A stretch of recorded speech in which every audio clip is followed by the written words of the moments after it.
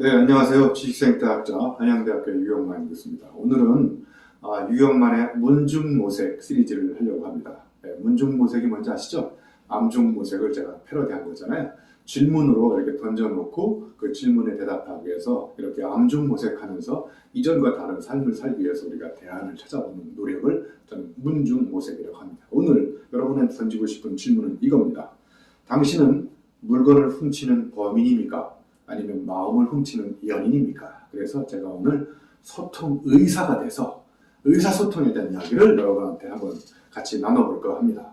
여러분 주변에서 물건을 잘 훔치면 범인이 되지만 마음을 잘 훔쳐가지고 마음 도둑이 돼가지고 상대방의 마음을 이렇게 활짝 문을 여는 이런 사람들 보셨죠? 그러니까 소통의 비결은 상대방의 마음을 훔치는 일이거든요. 그런데 마음을 훔치는 일이 생각처럼 이렇게 쉽지 않거든요.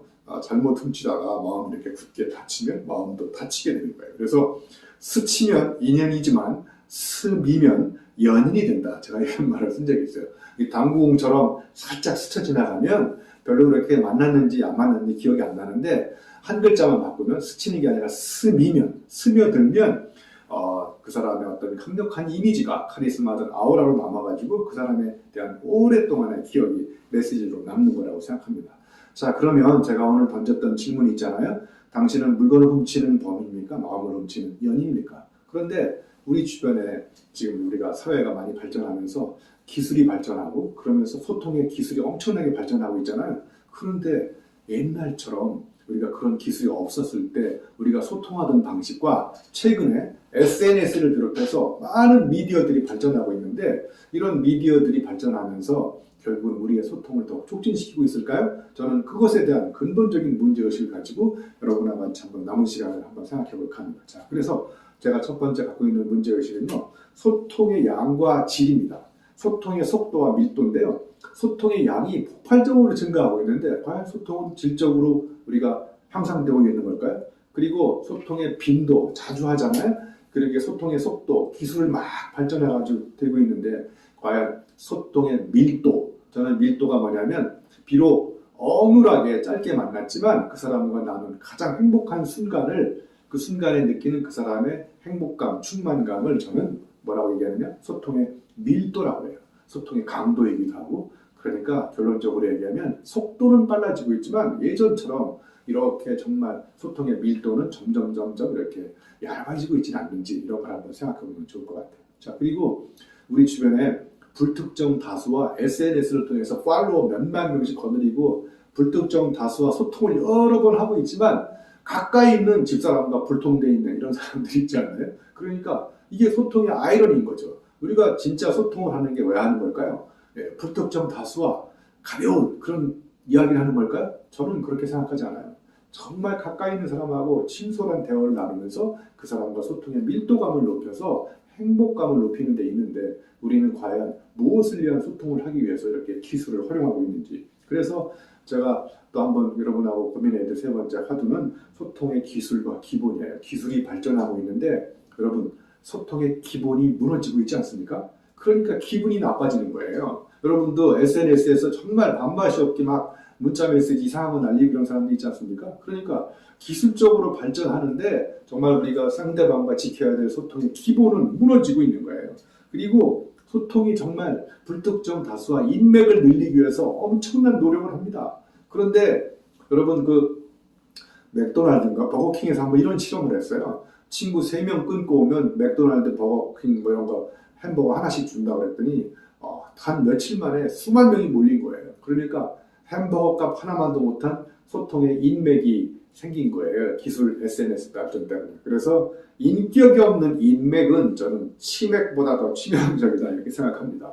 자, 그 다음에 또 하나는 이 소통을 통해서 우리가 서로 공감하고 타자의 아픔을 치유하는 데 노력해야 되는데 소통을 통해서 자꾸 뭔가를 소유하고 쟁취하고 뭔가를 얻어가려고 해요. 그래서 저는 이런 소통의 어떤 아이러니가 뭐냐면 우리가 소통을 통해서 서로 아픔을 공감하고 나눠야 되는데 자꾸 뭔가 그 소통을 통해서 내가 얻어가려고 노력하고 쟁취하고 습득하고 이러다 보니까 소통이 안 되고 자꾸 이제 불통이 돼버리는 거죠.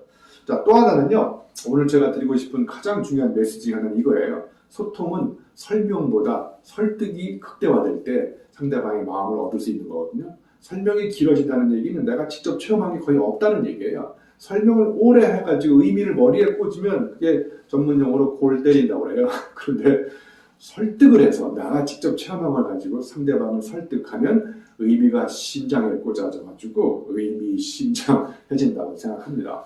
자, 그 다음에 또 하나는 우리가 소통을 통해서 불특정 엄청난 정보를 불특정 다수한테 막 나누고 있잖아요. 그런데 한번 생각해 보세요. SNS를 통해서 여러분이 직접 체험하고 겪었던 정말 그 진솔한 이야기들을 다 나눌 수가 없잖아요.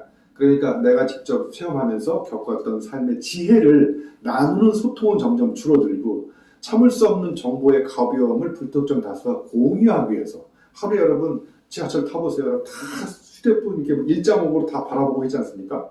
그래서 뭘 보고 있느냐면 다 그런 엄청난 가벼운 참을 수 없는 정보들에 날아다니는 것들을 보면서 우리의 삶도 점점 깊이가 없어진다고 생각합니다.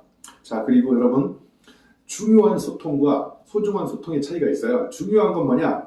지금 당장 내가 뭔가를 그 사람하고 이야기를 하지 않으면 큰일 나는 문제들이 있어요. 업체와 무슨 연락하는 거라든지 그 다음에 또 고객과 뭘 한다든지 이런 중요한 것만 하다가 보니까 지금 당장 안 해도 의미가 그렇게 손상되지 않고 별 큰 문제가 없어지는 게 대부분이 소중한 일입니다. 그러니까 사람들은 중요한 일을 하다가 소중한 일을 안 하는 거예요. 왜냐?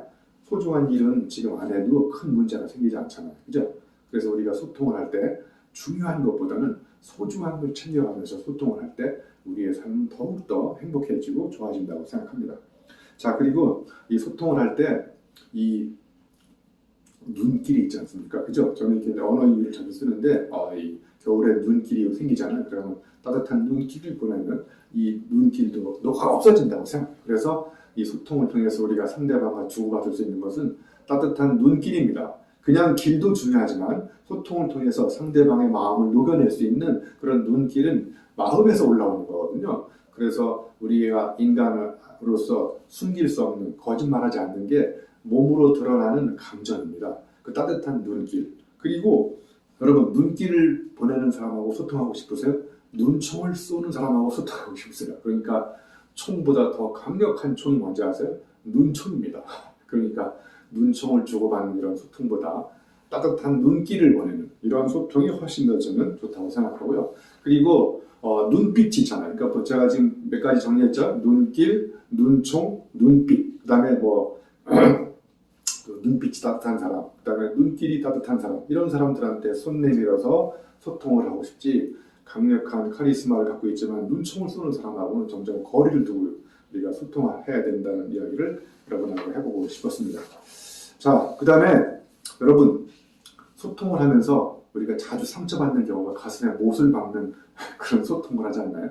여러분 못은 벽에 박아야지 가슴에 박으면 한번 박힌 못은 정말 빼도 그 깊은 상처가 남거든요. 그런데 우리 주변에 보면 소통을 통해서 따뜻한 눈빛과 눈길을 보내도 모자를 판에 그 사람의 가슴에 대못을 박아버리는 이런 엄청난 상처를 주는 소통을 하고 있지는 않는지 절박하게 한번 반성을 해봐야 된다고 생각합니다.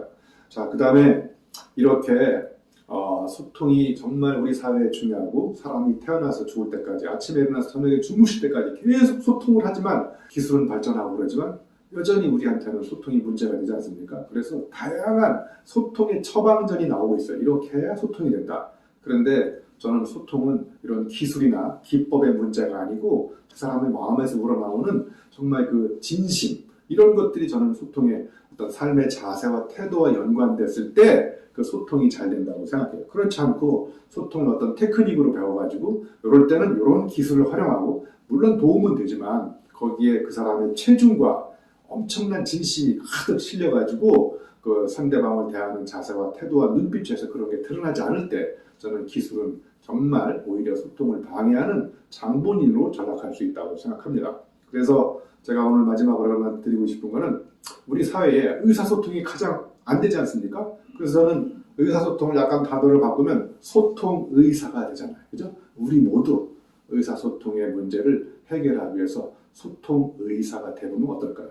소통의사는 어디 의사처럼 자격증 따는 게 아니고요. 이제까지 내가 해왔던 소통을 근본적으로 성찰, 반성을 해보고 너무 우리가 소통의 어떤 효율과 그다음에 기술과 어떤 소통의 속도와 이런 것들만 중요시하지 않았는지, 진정으로 내가 상대방과 소통하고 싶다면 내 마음을 정말 진심을 담아서 그 사람한테 전달하려고 노력했는지, 이런 것들을 한번 반성해보는 시간이 됐으면 좋겠다, 이런 생각을 합니다. 그래서 정말 소통이 잘 됐을 때 우리는 우리 사람과 사람 사이에 강력한 더 단단한 신뢰감을 심어줄 수 있고, 그런 것들이 우리의 운명조차 바꾸는 그런 소통도 혁명이라고 생각해요. 그래서 의사소통을 잘하는 소통 의사가 되는 하나가 됐으면 좋겠다, 저는 이런 생각을 해봤습니다. 여러분 고맙습니다.